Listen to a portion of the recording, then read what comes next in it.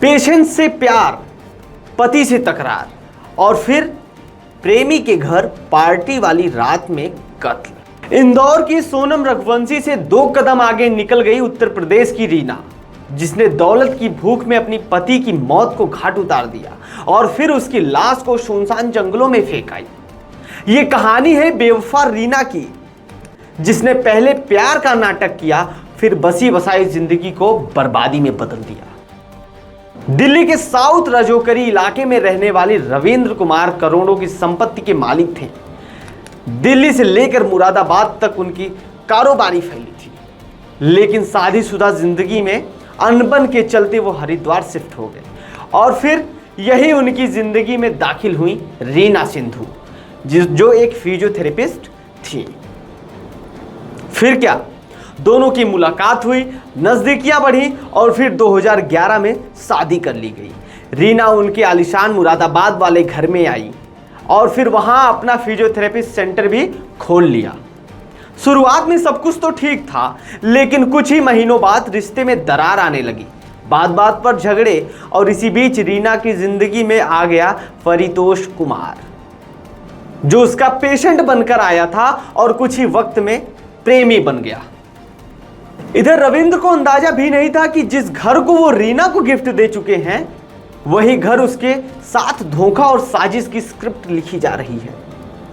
फिर आया वो मोड़ जब रविंद्र का एक 18 लाख का चेक बाउंस हो गया और कोर्ट ने उसे 6 महीने की सजा सुना दी। इससे पहले कि वो रविंद्र जेल जाए, उन्होंने सोचा कि मुरादाबाद का घर है, उसको बेच देते हैं, लेकिन रीना को ये चीज मंजूर नहीं था। फिर क्या, लालच, प्यार और साजिश का खेल शुरू हो गया। 31 मई 2025 की रात रीना ने कहा कि उसका एक पेशेंट पार्टी दे रहा है। रविंद्र मान गए और उनके साथ यूपी की नगीना में परितोष के घर पहुंचे। वहां उन्हें जमकर शराब पिलाई गई और जब वो बेसुध हो गए तो रीना और परितोष ने मिलकर फावड़े से उनके छाती पर वार कर दिया। रविंद्र की मौके पर ही मौत हो गई। फिर क्या, लाश को ठिकाने लगाने के लिए गाड़ी में डालकर उत्तराखंड की ओर निकल गए। रामनगर में मौका नहीं मिला तो कोटद्वार के जंगल में लाश फेंक दी गई। 5 जून को कोटद्वार पुलिस को जंगल में एक लाश मिली। पोस्टमार्टम रिपोर्ट ने साफ कर दिया कि मौत एक्सीडेंट नहीं बल्कि हत्या थी।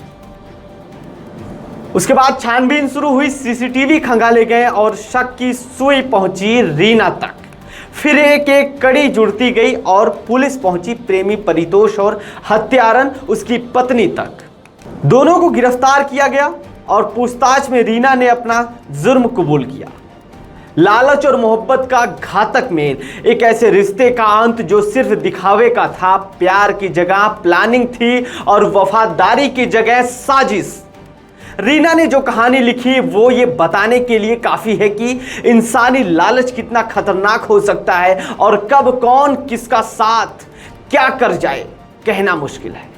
ये थी बेवफा रीना की कहानी और ऐसी कहानियों के लिए जुड़े रहे हमारे साथ। नमस्कार, मैं हूं पीयूष तिवारी। धन्यवाद।